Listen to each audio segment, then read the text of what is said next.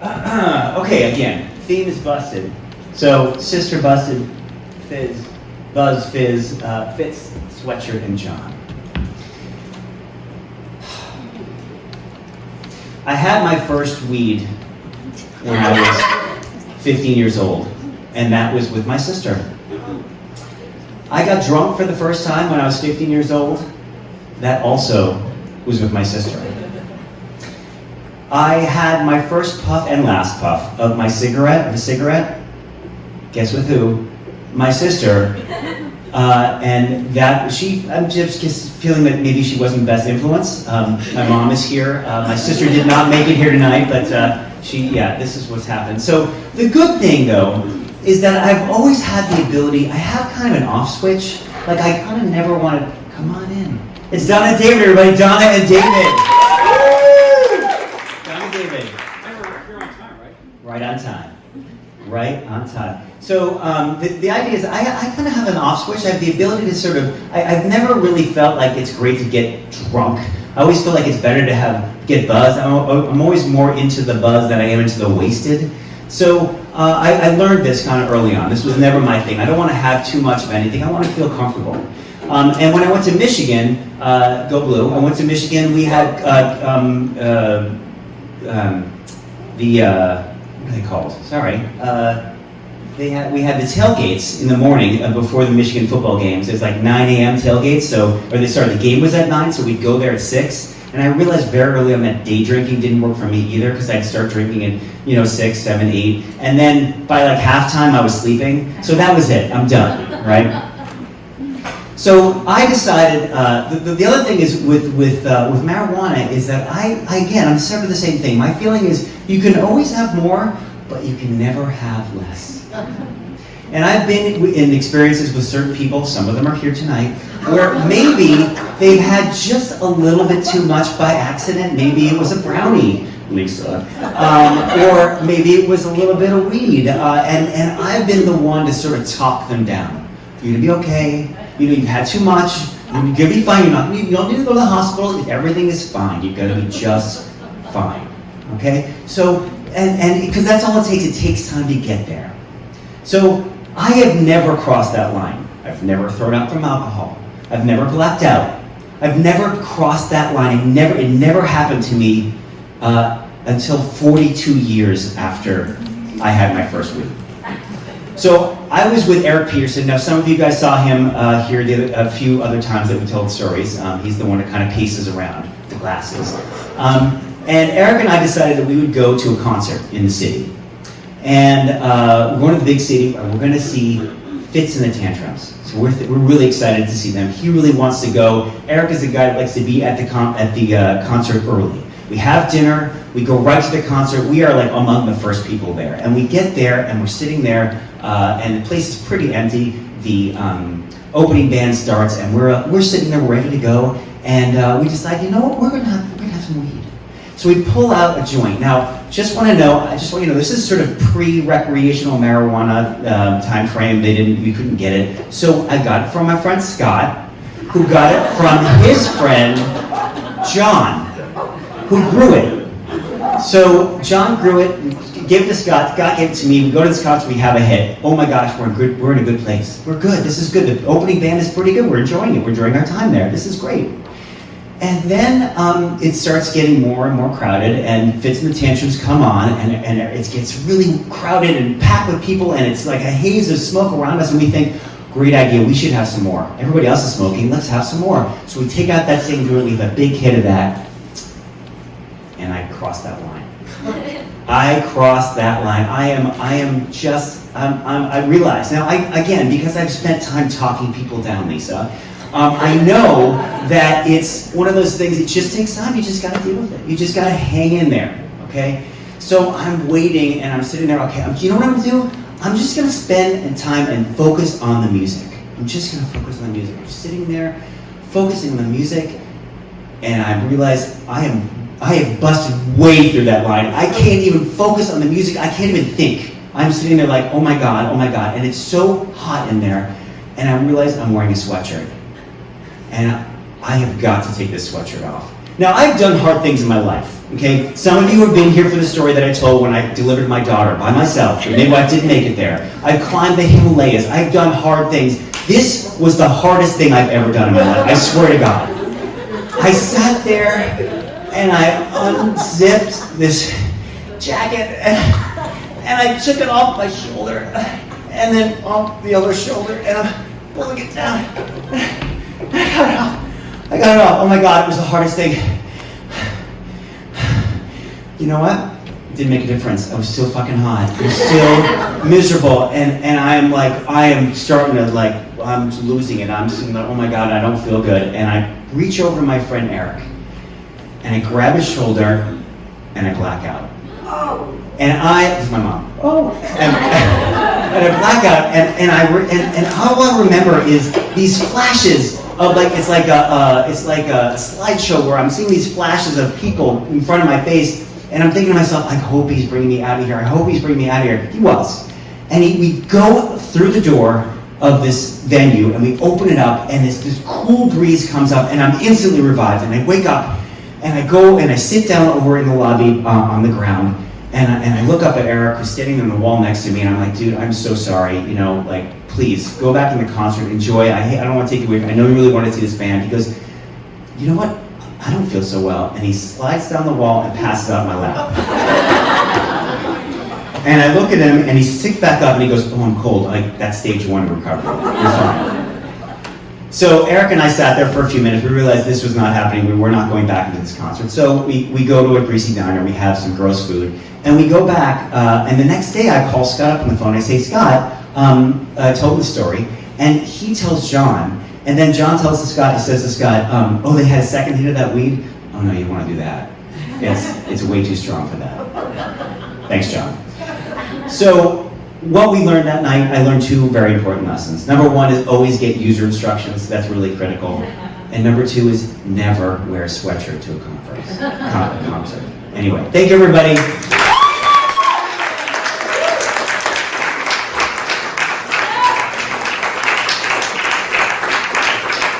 Okay, that was story number 1. I wanted to warm you up. And now we have Diane is going to start us off tonight. Okay. I'm going to help her out stage. I'm going to get her organized.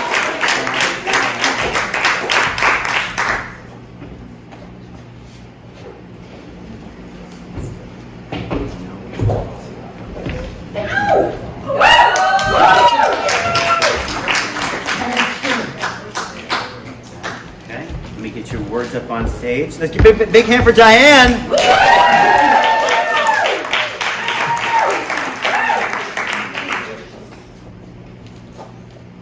Has your partner or significant other ever asked you to do something that you find distasteful?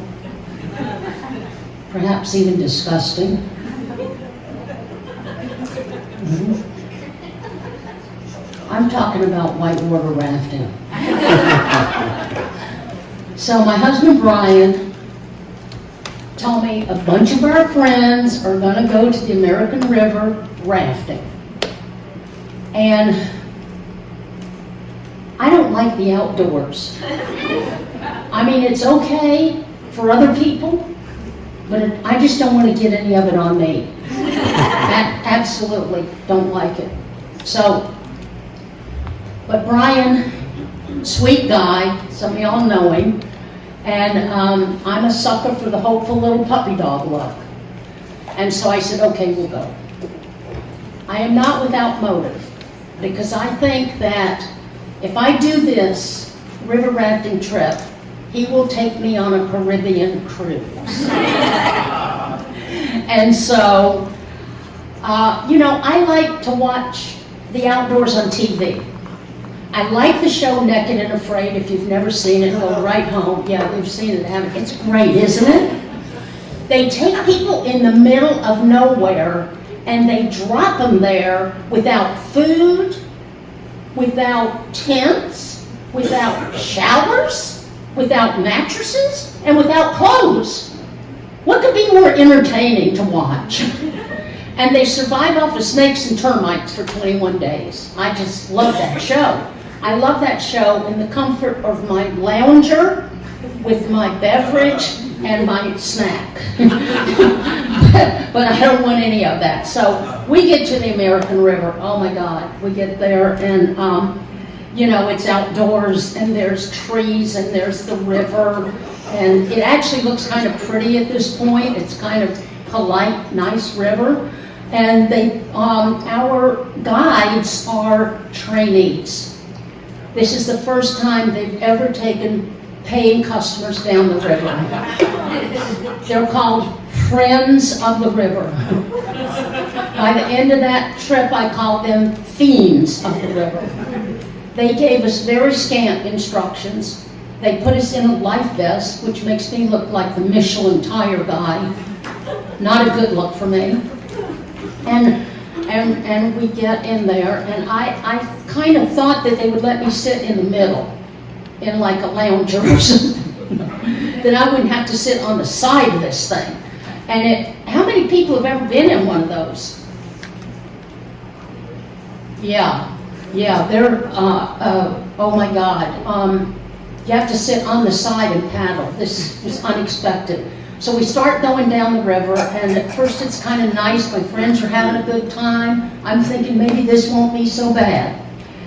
But then all of a sudden, the river turns vicious. We go through this place called the Gorge. And on this river, they name the falls after the devil himself. Son of Satan and Satan's cesspool. I'm not kidding. Y'all know if you've been there, they call them this. And so we're going along, and I get busted out of that raft at Satan's cesspool. And I go underwater, 900 tons of icy, cold, horrible water, and I feel rocks hitting me on the butt and on my life vest, and I'm just terrified. And all of a sudden, I'm underwater so long that I came close enough to death to see Elvis. I broke 7 out of 10 of my acrylic nails, which I had done right before we went. I get my nails done before I go anywhere. And then we're, you know, it feels like I'm underwater forever. And my life starts flashing in front of my eyes. And it's not the good things that have happened, it's all the regrets. Like, you idiot, why didn't you go live in Paris when you had a chance? You idiot, why didn't you join the Peace Corps? And it's all things like that are flashing in front of my eyes. And finally, I get pulled out of the horrible river at Son of Satan. My husband and the guy grabbed the back of my life vest and they pulled me out. I'm screeching like a wet cat with PMS. And fast forward the next October. I'm in St. Lucia, laying in a Chase lounge. I have a little drink served by a waiter with paper parasols in them. We leave that night and we go back to the luxury cruise ship. And I get dressed for dinner. I have all my beautiful nails are on. And my poor husband, who's heard nothing but how bad it was on the river rafting trip, gets lucky that night.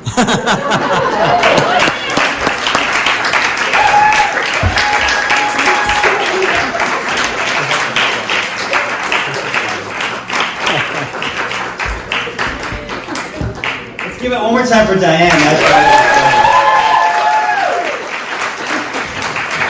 And he got lucky that night. All right, we're going to do another storyteller. So we're going to have Uta come on up and tell her story. Let's give it up for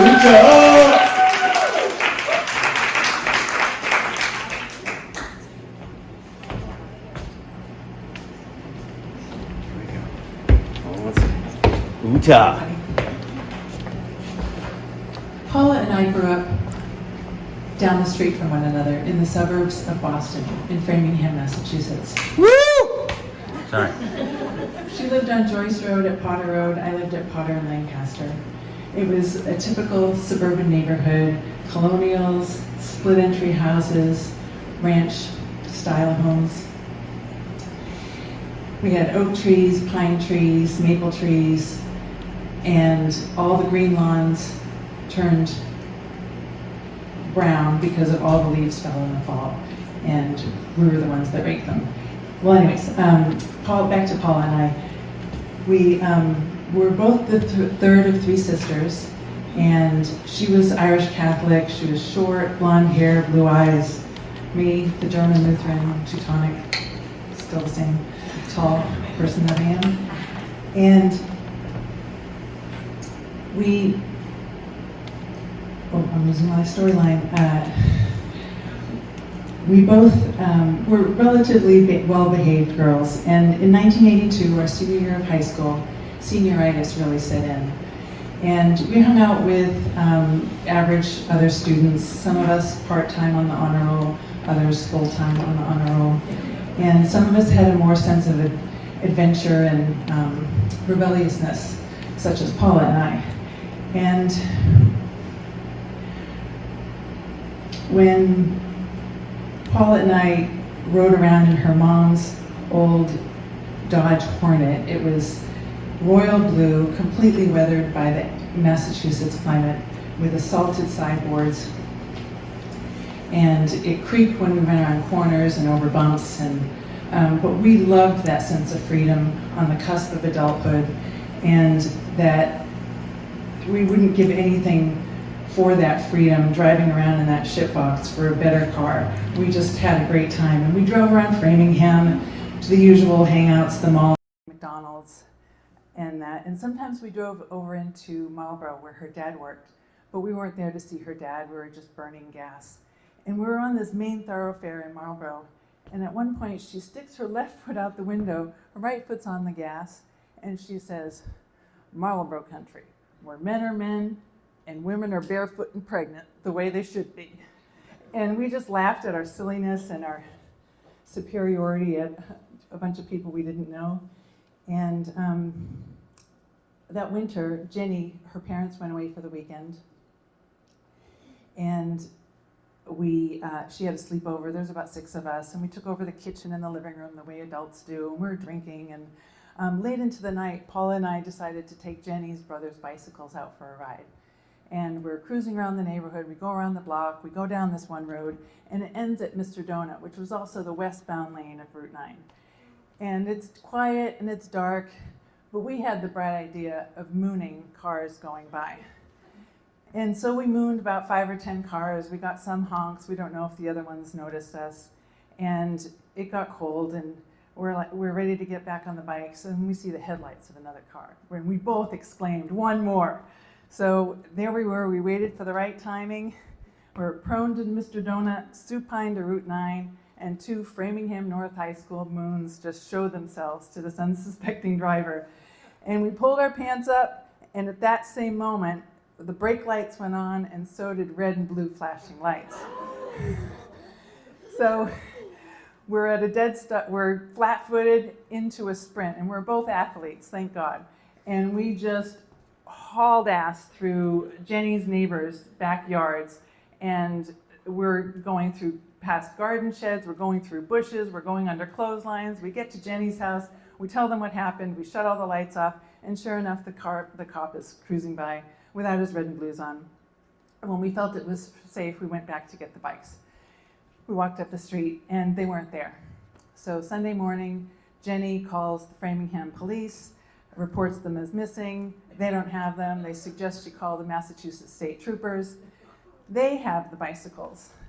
So Monday morning, and at this point, Jenny's parents are involved, and they're teachers, and they're more than happy to teach us responsibility for our actions.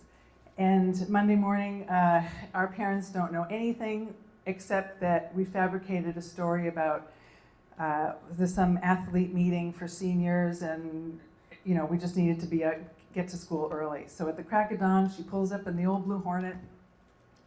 we're driving in the car, we're both nervous, and I've never known Paula to be so serious. And I mean, I wasn't putting my foot out the window and cracking jokes either. And I thought, like, once we get to the state troopers, you know, it's going to be embarrassing because they've seen our backside before they've seen our front side. And they're just going to roll the bikes out, greet us with the bikes, and we'll go back to school.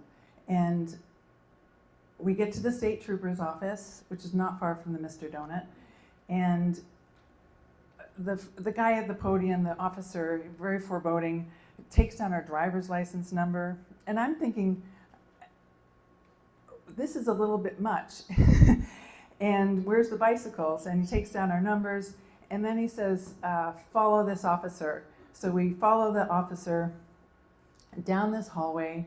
And I mean, I think, like, this is overkill. Like, I'm getting square with God. I'm taking responsibility for the consequences of my actions, and this should be over with.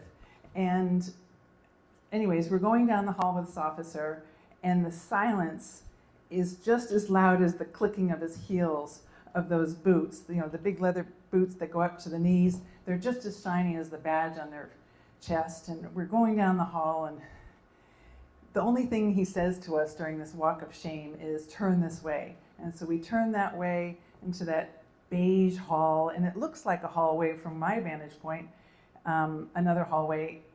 But when I turn the corner, it's a bunch of holding cells. And so my eyes are getting bigger, the sphincters in my panties are getting tighter, and we're just keep walking past all these empty holding cells. And finally he opens that metal door, and I'm like, fuck, I'm not going to school today. I'm going to jail, and my parents are definitely gonna find out. And so we obediently, you know, by default, we step towards it, towards the open door, and there's the bicycles.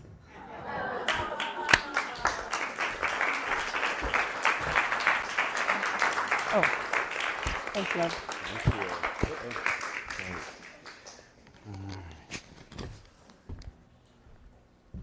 Uda! Woo! Just want to mention, just, you know, in this theme of Busted, I was just thinking when I was just after, it was college, I was there for the summer, I came home and I was in the basement of our house. It was cold in Chestnut Hill, Massachusetts, and I'm thinking that, you know, gosh, I would really like to have just a quick hit, just a really quick.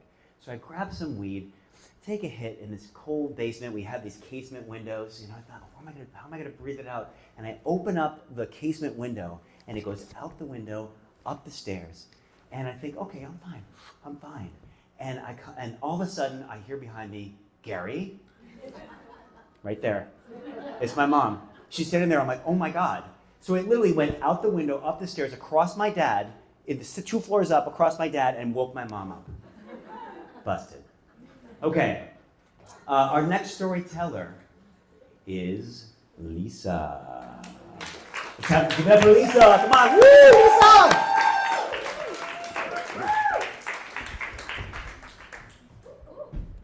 Careful. Do you want me to wear something? Oh yeah, I do. Audio this There you time? go. There you go. Yeah, we'll try to do that. Just What did I do last time? Did I break it? you did. Give it up for Lisa's jumpsuit. Okay. Skipper ding. Okay. I will preface this with, I've had an on-again, off-again relationship with marijuana since I started smoking in high school. This story takes place during an on-again part. And it's when I learned that I wasn't an ordinary pothead. It was Memorial Day 2012. I was about 2 years into my return to being a pothead after about a 15-year hiatus that was mainly due to my divorce, which was essentially a Lifetime TV movie, but without the murder. Though I did fantasize about that a couple of times, if I'm being honest. In my quest to be the parent that I always wanted when I was a child, and because of my divorce, there was no way my children were going to find out about my pothead self. Even though they were 12 and 15 at that point, it was legal, and I was a card holder. And that activity was a highly guarded secret.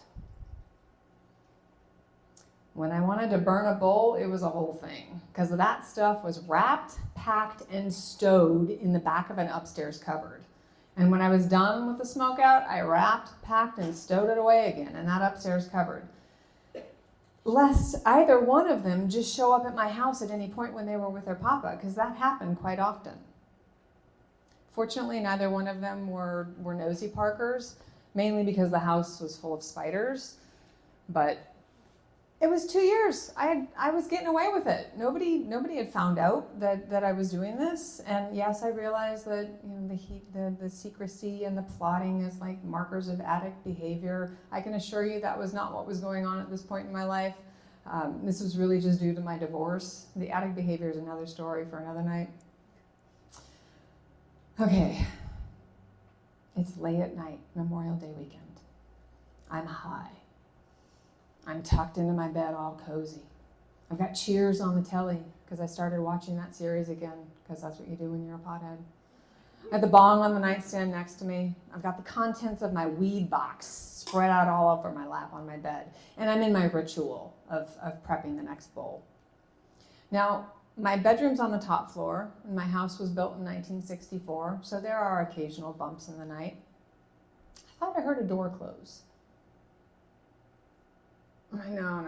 It's a combination. It's my high paranoia. It's probably a big truck that drove by. I live on a busy street, so I keep with my meticulous flower preparation. And then I thought I heard a voice. No. It's high paranoia again. It's probably my noisy sister neighbors. They had a habit of going out in the back patio and fighting with each other. I pack my bowl. Now, part of my ritual was I had to reassemble my weed box before burning the bowl. And I put all the accessories in this little box packed away like a puzzle. So I was in the process of doing that. And I see in my peripheral the stairwell light flip on. Oh shit. Someone is in my house. I mean, only people know how to turn the lights on. But oh my God, somebody was in the house. So in one sweeping motion, I tuck the bong behind my nightstand in this little spot. Lucky I didn't shatter it in the process. I shove the weed box that was not completely packed under my bed, and I pull the covers up over whatever other paraphernalia is out exposed. And I'm thinking to myself, what the motherfucking fuck? Oh my God, thank God I didn't just burn that bowl. Fuck, who is here? Okay, sit up, act normal. And then right away, there's my eldest standing in my doorway. Mama! I responded with a very startled, "Boobaloo, what is going on?" Her expression totally validated my hella sus behavior, so I started to dig my hole deeper.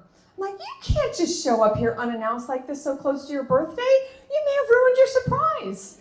Because her birthday wasn't 2 weeks, but we all know what I was doing. She just kind of looked at me with a goofy grin, and she's like, okay, I'm here to get whatever she'd needed for the weekend. Didn't linger long, because her papa was waiting in the truck, and he hated waiting for them at my house. So when I knew that they were gone, like that was when I got out of bed, I watched them drive away. I burned that bowl. I burned another couple of bowls to calm my nerves. And concoct this birthday surprise that evidently I had been working on in that moment, because her birthday was only in 2 weeks. Now, because memory is what it is, especially when you're a pothead, I fact-checked this story with Catherine earlier this week. She remembers the night very clearly. She confessed to me that she was trying to be as sneaky as possible because she knew I startled easily, and she wanted to scare me, and she knew she was going to get me good that night because it was late. Thanks. She saw me pull the covers up over my bed quickly. She knew I was hiding something. She was very curious about what that was at the time, but she kind of figured it was food, because food wasn't allowed upstairs in the bedroom. So she's like, Mama's eating food in the house when we're not home. That it was drug related. She's like, that did not cross my mind at all, because I was the more straight-laced of the two parents, if you can imagine that. She knew when I told her it was her birthday surprise. She's like, I just let it go. I didn't want to spoil it for myself, so I didn't push. I didn't ask. And her birthday was in 2 weeks, so she didn't have to wait very long. And she then said, you probably really just got away with it because I was such a square in high school. I didn't even know what a bong looked like, unlike her younger sister. She's like, Christina knew what that looked like in 6th grade. I'm like, great. So back to the birthday present real quick. That's a story for another night. I will share that I dubbed it the Vision Vase, so you can use your imagination. When she opened it all, I watched her and she bought it. Hook, line, and sinker. No questions. She accepted what I had given her and was happy and thanked me. And I sat there just kind of thinking to myself, I'm like, did I just get away with that? Like, I'm hearing my therapist tell me, you need to quit smoking pot. It's a demotivator. And I'm thinking to myself, demotivator, my ass. Look at what I just did. I got caught. I hid all the stuff in record time without breaking anything. I came up with a cover story on the spot. And in 2 weeks, I executed this birthday surprise that resembled anything like what she may have seen in that moment. I'm like, being a pothead is my superpower. Like, what is next? A lot of random things were next. I'll end it by saying that I'm in that off-again phase again, but Catherine absolutely knows what a bong looks like. She went to University of Portland. Enough said. Thank you.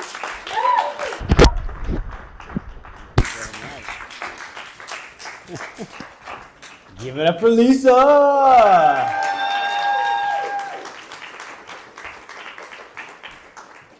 So it was later on that same summer. I walked out the back door, this time as far away in our house as possible from where my mom sleeps.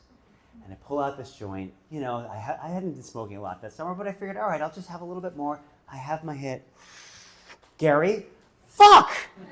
I look back, there she is. She's like, and then, of course, she's a drug and alcohol counselor, so it's like she's like, you're having pot and you're all by yourself, and I'm like, I'm trying to explain to her. Anyway, busted again. All right, our last storyteller before the break is gonna be Dara. All right, let's give it up for Dara.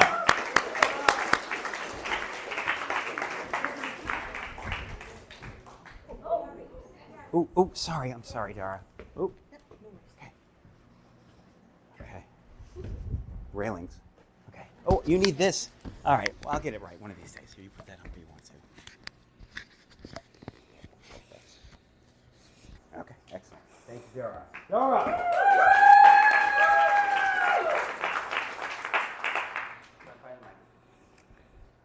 I was young when automatic teller machines first came out. They didn't work so well in those days. I say that because one day on my way to work, I pulled out $20 and the receipt said my balance was over $5,000. I never had more than $100 in those days, maybe $200 if it was after payday and before rent. I got to work and I'm complaining to my coworker about how I'm gonna have to waste my lunch break going to sort this out at the bank. And she said, well, why don't you just withdraw the money? I hadn't thought of that. All morning I'm working at my job. Bass tickets charged by phone. This is Dara. How can I help you? Thinking about withdrawing that money. Lunchtime comes and I'm filling out the withdrawal slip. I bring it to the teller and he takes it to the back to open up those file drawers where the signature cards are on file to compare the signatures. He's gone for a while. Seems like a long while. Long enough to figure out I don't have that much money in my account. I hadn't really thought of what I was going to do in that case. I hadn't really thought at all. Finally, he comes back. We don't keep that much cash on hand, so you can have some of it in a check and some of it in cash. And I'm thinking about the credit card debt that I had. How about $2,000 in a check to Bank of America and the rest in cash? Yep, we can do that. He comes back in a few minutes with a check and he counts out the cash. $3,000, even if you've got some 50s and 100s in there, it makes quite a stack. It's about as big as a box of movie theater candy, a little bit too big to fit in the pocket of women's pants. Maybe men's pants, I don't know, but I had a down jacket with an inside pocket, and the puffy down concealed that lump pretty nicely. The whole afternoon, I'm wearing that down jacket, and I am sweating. I don't know if it's because a call center gets kind of hot or because I'm still reeling from my adventure, but I can't wait until 5 o'clock when I get off and I can go tell my mom what happened. I get to my mom's house in record time, and I tell her the story, including the fact that I recognize the money's not mine, and I probably won't be able to keep it, but just in case, I'd like her to hold on to it for me because I can't put it in the bank. And she's got this big shit-eating grin on her face. And I don't know if she's proud of me for finally paying off my credit card debt, or she thinks I'm sticking it to the man. But what she says is, let's smoke a joint. And so we do. And you have to be a little bit high to think that it's a clever idea to put a bunch of cash in your underwear drawer. But she tells me that's what she's going to do.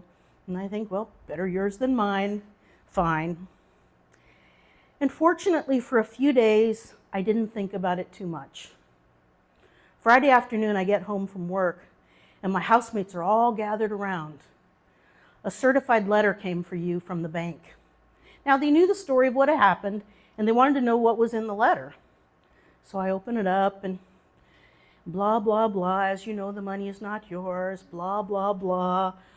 Come back to the bank and meet with the manager. Blah, blah, blah. Return the funds. Blah, blah, blah. Consequences.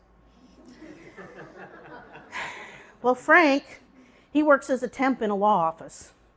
He assures me that I have not broken the law. I don't have to worry. The bank gave the money to me. I did not steal it. Christine is not so sure. She goes to the Monopoly game. She pulls out the get out of jail free card and tells me to hold on to it. John, who is black, advises that I should be cooperative. Do not, under any circumstances, argue or escalate the conversation. Just be agreeable. Well, fortunately, it's Friday afternoon, so I have a couple of days to plot my strategy and think about the words that I'm going to use. Monday morning, I'm there at the bank. I'm in one of those little rooms, the office, the place where people who have money go to talk about managing their wealth. Only they're talking to me about giving the money back to them. And the manager explains to me very slowly how the money is not mine and asks if I agree, and I agree. And he asks if I've brought the money back. I have not. Well, can you bring it back? When can you bring it back? I cannot because I don't have the money. Because clearly it's in your records that the Bank of America has cashed that check. And the cash I don't have, so I can't give it to you. And he starts the conversation again, this time speaking more slowly, as if that will help me better comprehend. And so I respond in kind, speaking very slowly, again noting that I no longer have the money. We go 3 rounds, neither one of us moving from our position. And I start to realize that the bank has no leverage. And the manager asks me how much I can give each month to repay this money. 50? And the manager agrees. And on that day, that bank made a 100-month loan at 0% interest to a person with no credit. And a few years after that, I began my career in the financial services industry.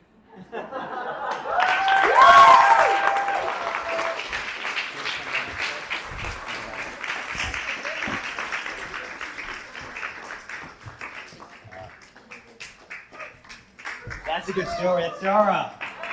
All right. Okay, we're going to have a little break right now. There's the bathroom back there. There's drinks over here. I'll open the door, get some air in here. And thank you very much. We'll come back with 4 more stories. Thank you. Okay, everybody, welcome back to the second half of the show. All right, big hand. We have... Jules, can we leave the door open? Is that bad or we can? Let's leave it open. All right, so we have 4 amazing storytellers to come up for our last half of the show. I want to thank all the first storytellers, did a great job. All right, our first storyteller coming back for the first time, our first annual, Renee. Come on up, Renee, let's go.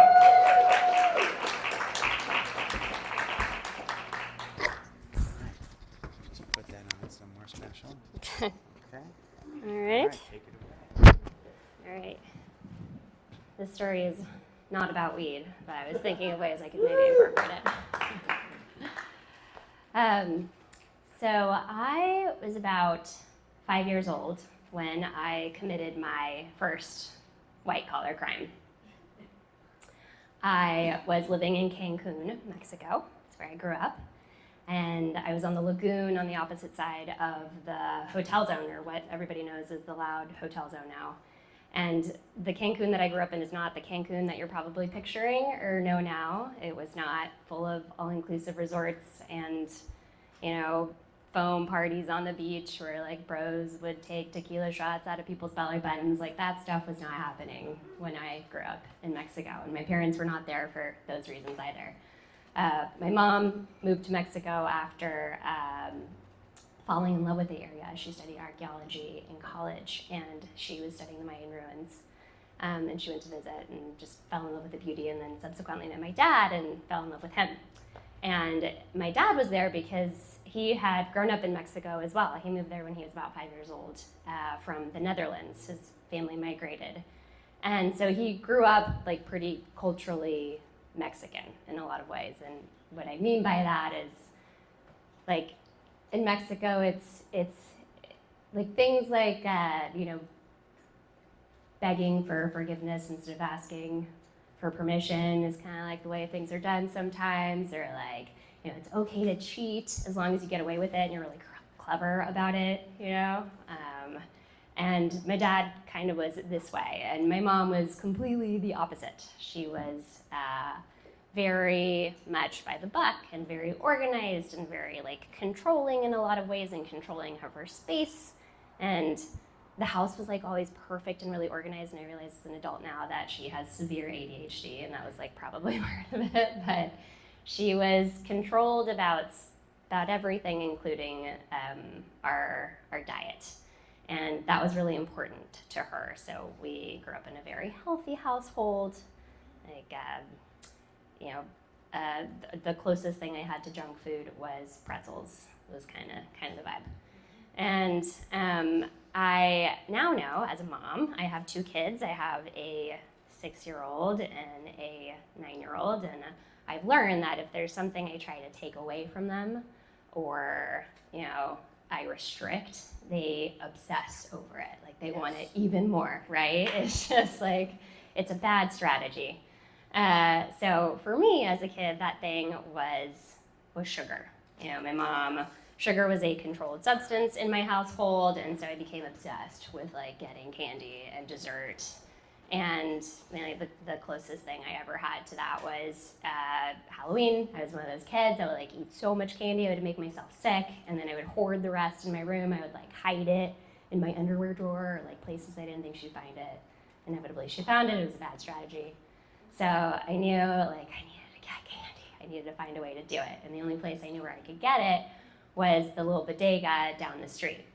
It was a couple blocks from my house, and they had everything I could dream of. They had chili spice mango, which was the kind of candy I grew up liking, and chicharrones and all the junk food that I desired, but I didn't have the means to get it, and I needed money. I needed some way to get it, and I didn't really have a plan at that point. And one day, I heard my parents talk about making money. And a lot of parents in this audience, you probably know that kids tend to take things quite literally. Just the other day, my boyfriend, who also has 2 little girls, same ages, 6 and 9, he said to one of them, don't eat that or you might poop your brains out. And Tala was horrified. She's like, do you mean my brains would actually come out of my butt? She was like, So for me, the equivalent of that was, I decided I was going to make some money. So I got box crayons, and I got like a stack of paper this big, and I went into my room, and I started Cancun's first counterfeit operation. And I made as many pesos as I could possibly cut between, lunch and dinner, and I formulated this plan to go to the bodega, and I was going to do it. And, borrowing from some of the things that were instilled in me at the time, I was like, I'm just going to beg for forgiveness and not ask for permission on this one. And I went downstairs. I told my parents I was going next door to my friend Carla's house. It was something I did often. I was going to come back for dinner. They're like, okay, besitos. So I go outside, and I look at Carla's house, and then I head in the other direction, and I'm starting to go to the bodega. Really proud of myself. Got my little backpack full of my pesos and my counterfeit pesos. And I get there, and it's closed. The door's locked, and I can't read at this point, so I don't know if it's closed forever or if it's closed for an hour, if someone's on siesta. I have no idea. I just know that I'm devastated and my plan does not work. So I'm moping back to the house. And what I didn't know is in the time that I had been gone, my parents called the next door neighbors to make sure I made it home all right, or made it over there all right, and found out that I wasn't there. So they panicked and started looking for me. My mom went by foot, my dad got in the car, and he found me, halfway down the block, all sad and mopey, and I see him, and he didn't get angry very often, so, I could tell by his face that, I was busted for this, and I was like, okay. I get in the car, and at that moment, I did what any criminal caught in the act would do. I decided I was going to cut him a deal. I was like, I'm going to give you half these pesos, and you're not going to tell Mom about this, right? He didn't go for it. I had to do my time in the end. I was punished. I didn't get dessert for a week. I had to do extra chores around the house, but my dad did say that I could earn some money, and I did that. I did my extra chores. I earned some extra money. He said he'd take me to the bodega. I got some candy, and he took it as an opportunity to have this teaching moment for me, and it's a lesson that I've carried into adulthood. He said, there's really no such thing as a quick buck. You can't just make money. You really have to put in hard work. You have to earn your money. You have to do it the honest way. And there have been plenty of times in my life where I want something so badly, and I'm like, what's the shortcut that I can take to get there? And I remember this situation. And, I remember that I just needed to, take a step back, work hard, earn my money, do the honest work, and you'll get the sweetest results in my case, quite literally this time. So that was it. That's my story.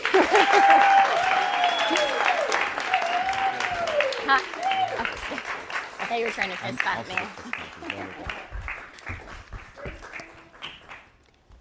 Okay, so I was 15, and we had a guest staying over at the house, and when we were out of town taking care of the dogs, and I was upstairs in my room, and I heard them having a conversation, and my mother and him were having a conversation. By the way, my dad is in the picture. He was in the picture, but he was at work, right? But my mom was there, and they were having a conversation, and he said to her, Carol, I had some of the vodka, and it was kind of watery. And could your son be putting any water in there? And she's like, no. I mean, you guys heard about my sister, right? I mean, she was the one.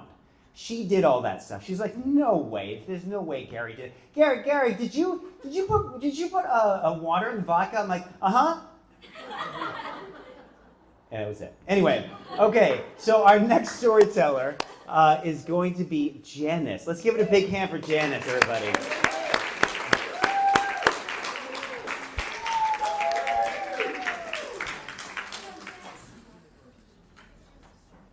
sir. Okay, I'm gonna take that, put that on some more special. Just put it like that. I can't. It's not catching. It's just Yes. Put it right here. Oh, Okay, you did it. I did it. Good. Thank you. Move this aside. Janice, everybody.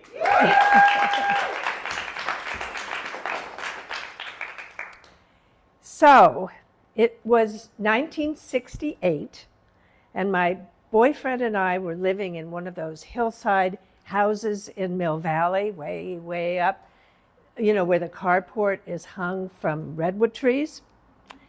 And he was going to school, he was finishing up his master's, and I was working for a lefty magazine called Ramparts, which I'm sure none of you have ever heard of, but that's another story. In fact, there are a lot of stories.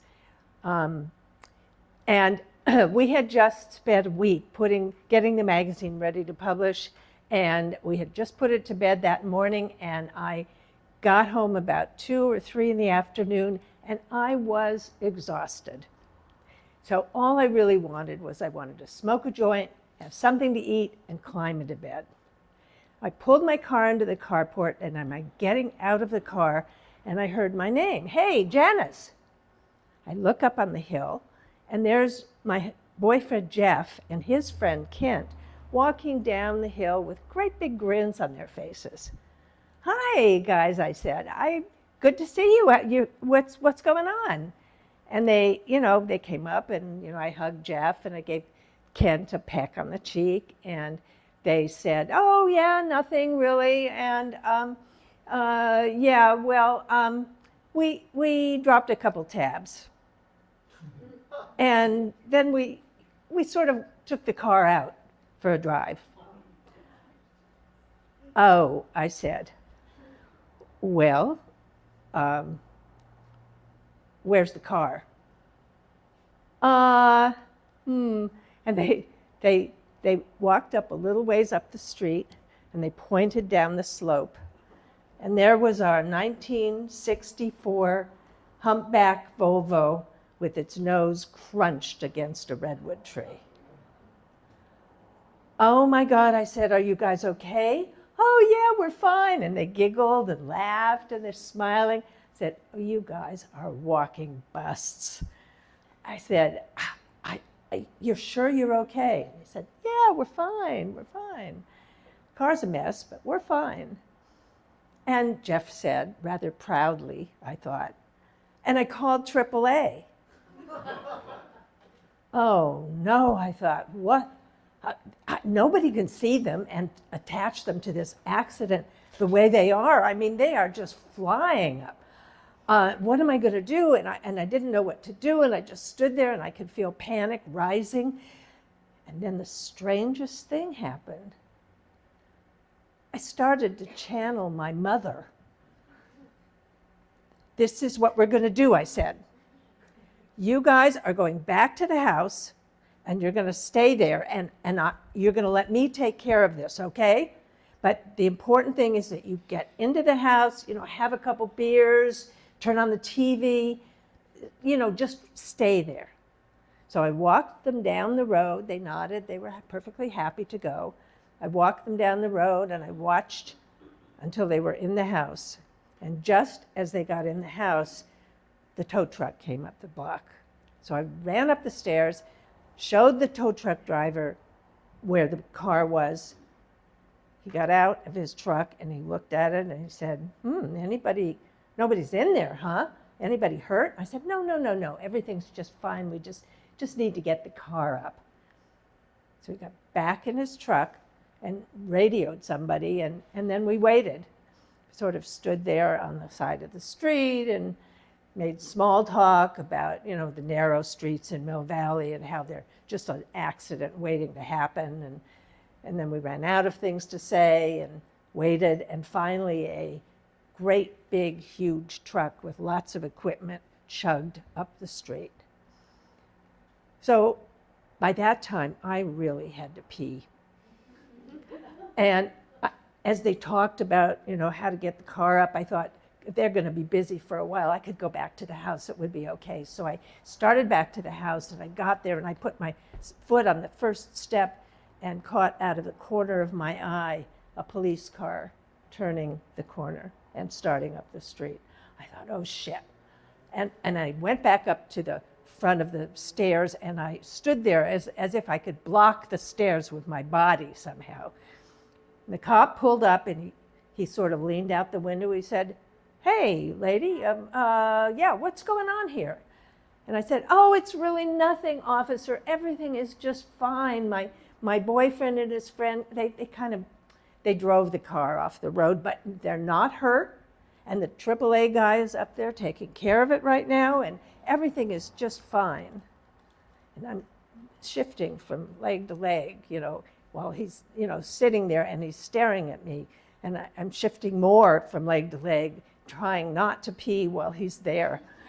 And then he says to me, why don't you go back down to the house, and I'm going to go up and take a look. So I ran down to the house, and when I came out of the bathroom, Jeff and Kent were, just lounging around the room. They were comfortable. They were happy. They were laughing at the football game on TV. They'd had a couple of beers. Everything looked just like a normal, sort of relaxed Mill Valley afternoon. So I said, okay, guys, you look great. You're doing exactly what you're supposed to be doing. I'm just really proud of you. Stay here. Yes, Mom, they said. Okay. All right, I'll see you in a little while. So I ran up the stairs, and I went up the street. The cop was leaning against his car, the way they do in the movies, And he was just watching the operation of getting the car up from the redwood tree.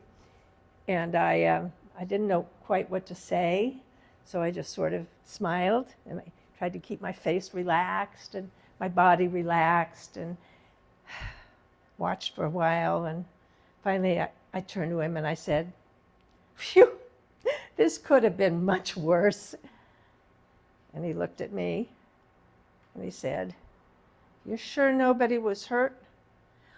Oh, they're just fine, I said. They're very shaken. I told them to go to the house, have some beers. They're just, but they're fine. Nobody was hurt. It's okay. And he looked at me again with one of those stares that makes you think, if I was in an interrogation room across from this cop, he would be looking at me just like that. And I thought, okay. And I smiled.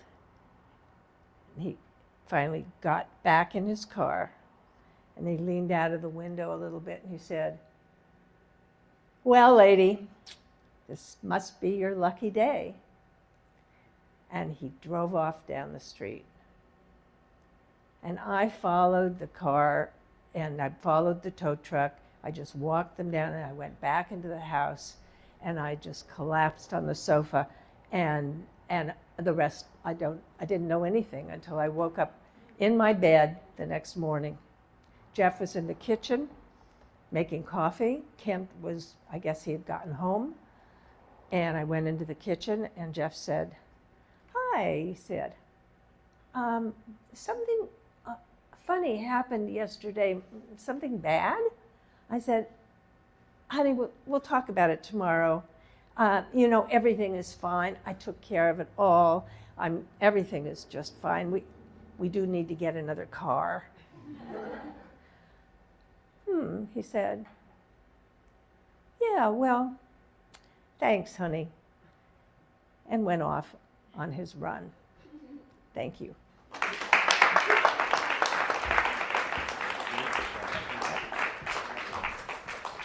Thanks. Thanks. We have the microphone too. Oh, yeah. All right, Janice, everybody. That's Janice. So I was thinking about Dara's story about the money in the bank account. So I've also told a story about lost, and I'm not very good at math. So I was in college, and I got my bank statement, and I looked at it, and the same sort of thing. I had a couple $100 in there at max, and I look at the thing, and it says $30,000. And I'm like, oh my God, $30,000. And I look at it, I'm like, this is crazy. And I go to my roommate and I say, look at this. He goes, that doesn't say 30,000, it says $300,000. It was $300,000, big mistake. It was there for 3 weeks because I would go back every day and like, still there, I didn't take any out. All right, so our next storyteller tonight is Jules. Let's give it a big hand for Jules, everybody.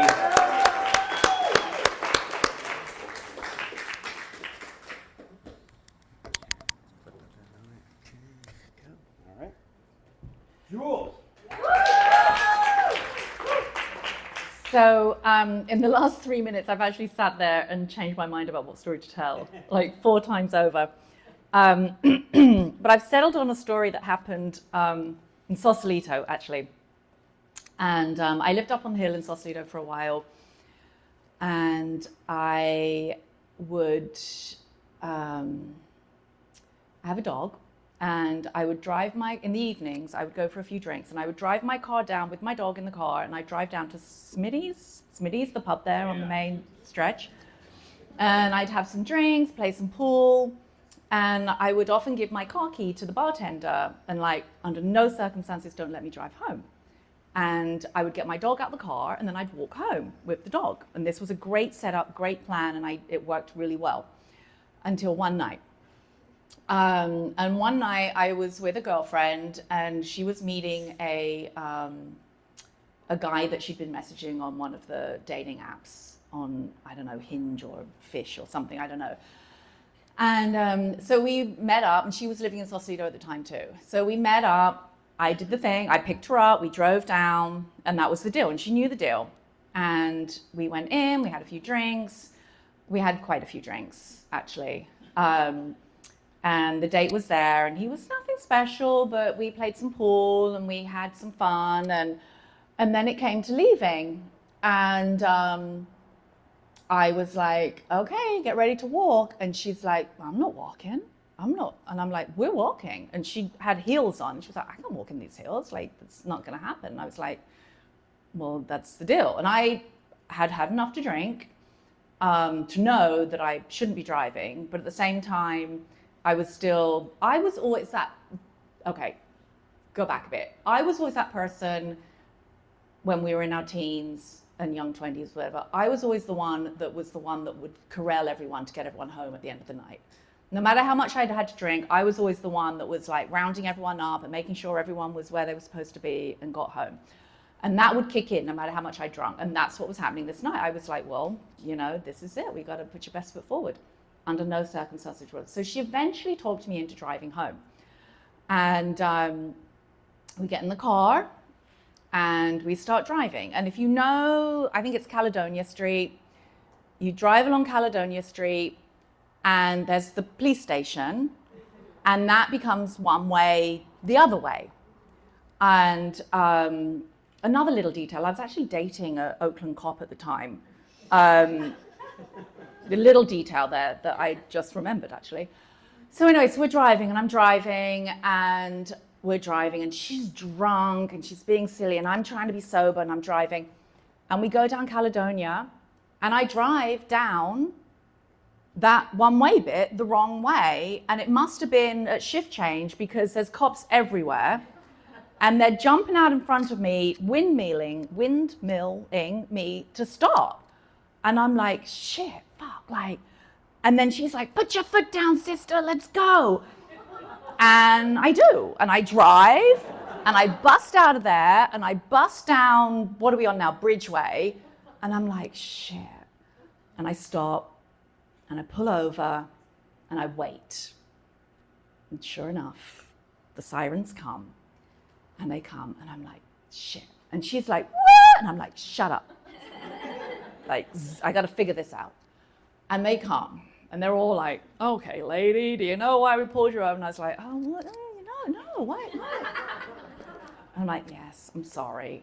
And they're like, can you step out the car? I step out the car. And I'm like, look, I'm really sorry. My girlfriend is very drunk. She didn't want to walk home in her 12-inch heels. And usually I do this, blah, blah, blah, blah, blah. And I have an accent, you may have noticed. And this English accent comes in handy often.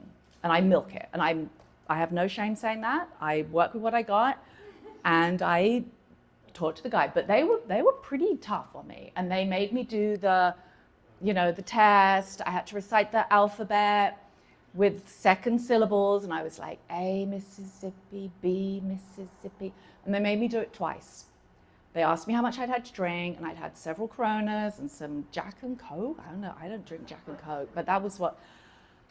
And eventually, they were like, look, lady, we know you've been drinking, but you passed the tests and everything, so we're gonna let you drive. And I'm like, I can park my car, I don't have to drive, and they're like, no, we've got no reason to hold you.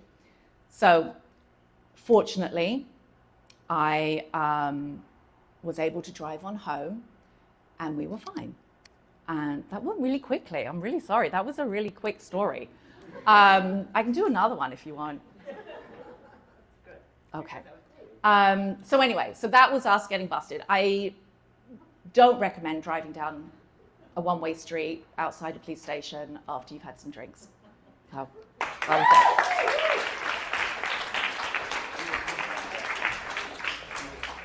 Oh. Perfect, thank you. So before our last storyteller tonight, which is going to be Mimi, I just wanted to mention, I thought when Renee mentioned about the eating, so my kids, that's why you heard them screaming, because when they grew up, my wife, this came kind of more from her, gluten-free, dairy-free, everything free. So Issa would tell me, Issa has recently told me stories of her going to Vasco and like getting the butter packets and eating them and like crawling along the floor in her preschool class or her kindergarten class and eating the fishies that were on the ground because it was like she just dying for gluten and dairy. I signed up for trash duty just for that. Trash duty just to do that. My sandwich for a pack of goldfish. There you go. I babysat just so I could raid the pantry. There we go, yes. All right, so I have words for me, but I'm guessing it's not, maybe Mimi likes to just kind of run with it, and Mimi is gonna just do it. Do it, Mimi, do it. We love it, we love that. Okay. Thank you. Loser. Oh my gosh. I always feel so nervous when I get up here. Thank you to Gary for hosting these amazing evenings and to all the storytellers. If you are anything like myself, you sit in the audience and you're like, oh, this is what I would do. Oh, if I was up there, I would say it like this. If you are like that, you should sign up for the next story session.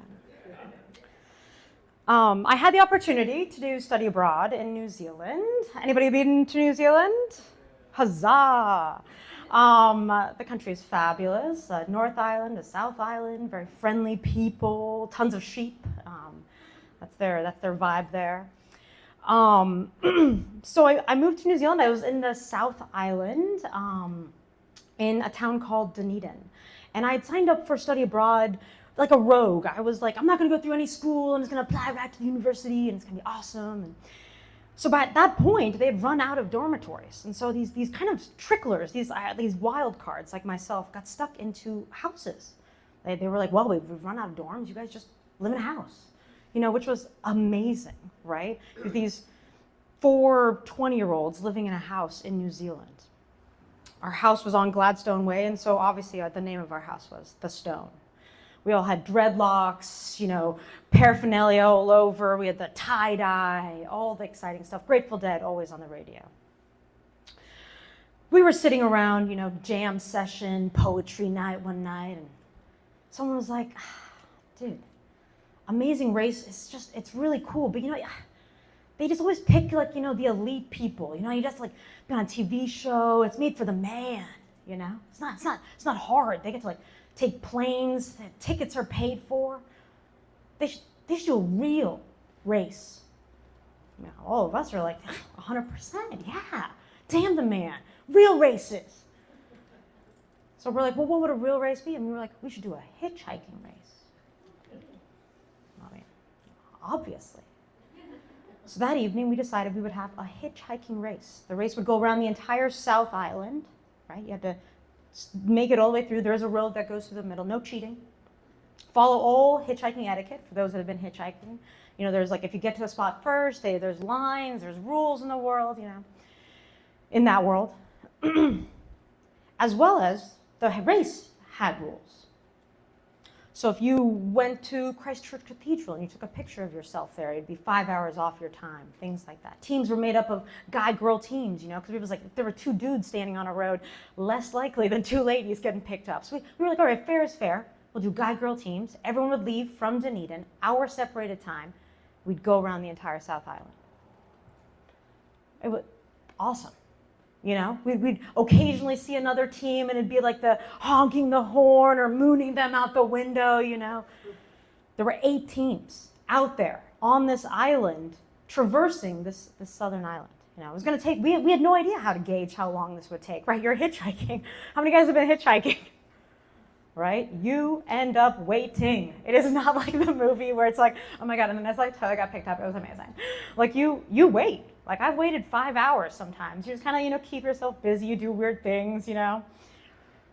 So we had no idea how long this would take. And this was before cell phones. This was 2001. So we were just like cardboard sign, north, you know, good luck us. If we saw another team, we were like, all right, well, you know, we're either ahead of them or behind them. We're just going to do what we need to do.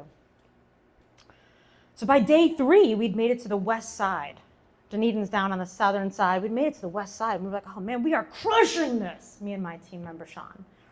We ended up getting dropped off in this tiny little town. It's the wet side of the island. It's like pouring. This dude, you know, leaves us there. And everyone's so nice. They're like, oh, you're going to be okay here? And we're like, yeah, woo, we're hippies. We got this. You know, we're standing in the rain. Well, you know, we're waiting there maybe 20 minutes and a car pulls up. And we're like, you know, kind of got like our, you know, our vibe to try to get someone to pick us up. And doors open, it's one of the other teams. And we're like, oh, okay. You know, so there's a second team. We're giggling, we're laughing at each other. We're like, what are the chances? 2 teams in this same spot, west side of the island. We're like getting the queue, you know, they're behind us, we're waiting. Here comes another car around the corner, maybe 30 minutes later. The sun's gonna go down in maybe an hour. We figured maybe we'd catch a ride. Car comes around the corner, it's another team being dropped off. So now there's 3 teams, all in this tiny little town on the west side. And we were like, let's call it. Can we make a truce? We're gonna have a truce. Let's rent a place. Let's have a great night. And then we'll all take off in the morning. It was great. Rented this little place. I don't actually remember how we got it, but we got a place. We stayed up super late, giggling, laughing, playing music, drinking way too much. I wake up in the morning, hungover, trying to like assess what's going on, you know. And I, you know, start looking around and I start noticing, you know, there's only 4 people, you know, in the living room. And I'm like, you know, wake up my team member, Sean, and I'm like, dude, where's Shell and Christina? And he's like, what the? So we look around, the other team's like, dude, where are they? They're like, those dirty sneaks. Those dirty sneaks, they left. Dude, they left us here. We were all gonna leave together. That was the pact. Let's get our stuff. Let's go. We don't know when they left. We don't have any idea, right? This is a race, and to mention, beyond glory and power and fame of being the winners of this race, you would also win a 12-pack of beer. Okay, and this is high stakes for 20-year-olds. High stakes, right? Power, glory, and beer. You needed to win this, right? So we're getting our stuff together, like, oh, so hungover and tired, putting everything back in our bags. Dude, I can't find my boots. I can't find my boots either. All of us are like, what the serious heck? I mean, I know we partied, but all of us, wait a minute. We look up in the tree, there's 1 boot hanging from the tree. And then we start being like, those dirty, dirty scoundrels. Not only did they leave before us, come to find out they hid our boots. We spent the next 30 minutes digging them up places, finding them, all the things. We are now enraged. I can't tell if I'm angry because they've broken some ethics of hitchhiking race rules, or if I'm just feeling dumb that they thought of something that I didn't. And I was like, I wish I had thought of cheating and hiding boots, right? So I am like legit upset at this point. Get all the boots on, we're leaving the house, running down the street, You know, we're making it in town, we see these two shadows. Now, mind you, this is an hour and a half after they left. We thought they were long gone. Oh, but no, not on the west side of New Zealand. No cars, right? So we see these two shadows and we're like, they're still there. At this point, they now see us coming for them, right? We are running with our packs like these angry faces, you know, as angry as you can run, hung over with your dirty boots, you know. Finally get up there, they were so busted, right? We're giving them a really hard time. And we kind of let it go. It's a good giggle. You know, they one-upped us. All right, fair is fair. We get in the queue behind them, me and Sean second, and the next team's down. Half an hour goes by. So now they've been waiting, I don't know how long, 2 hours, 3 hours? We'd been waiting there probably 30 minutes, 45 minutes. The girl, Christina, in this group, the people that had stole the boots, looks at Shell, her partner, and is like, dude, I gotta pee. Shell's making this face like, I swear to God, don't you pee, right? Like, you don't need to pee. Like, you're tougher than this. Because he knows the rule is, if a car comes, your team has to be there to get it, right? So if a car had pulled up and one person's not there, they lose the ride. Rules of the road, right? So he's like, I swear to God, pee yourself, do what you need to do, we're keeping this spot. And she's like, oh my God, I gotta go. Finally, they have this, like, you know, we could see them, we could hear them, you know, discussing it and working it all out. Finally, Christina's like, look, there's a shop right across the way. I'm running real quick. It's gonna be amazing. She runs across the street. No sooner than the shadow is gone into that doorway, here comes a car around the corner. Shell is like panic screaming, right? This dude is like the sweetest, quietest guy. Again, 12-pack of beer on the line, right? He is just losing his mind, screaming, ah! You know, she's gone. She's in this building, you know, finally peeing, probably feeling so happy that she's made the right choice. Car pulls up, me and Sean jump in right as we're taking off. She comes out, and you can just see that face being like, no, right? Unbeknownst to us, right? You're probably saying to yourself, well, did you guys win? How did the race go? Unbeknownst to us, right? A whole other team, as we were squabbling for this hiding boots, rainy days, we thought we were like crushing the other teams. A whole other team was already back at the house. They had looped it in 2.5 days, was already sitting on the couch, celebrating, drinking their beers. And I sometimes realize this idea of perspective, right? In the exact same way that I was so angry as if that this team had taken our first place from us by cheating and hiding these boots. And that excitement that I felt when we got that ride, thinking that now we were in first place. You know, and it's all this perspective when all along we had already, all of us, lost. So, anyway, ta-da!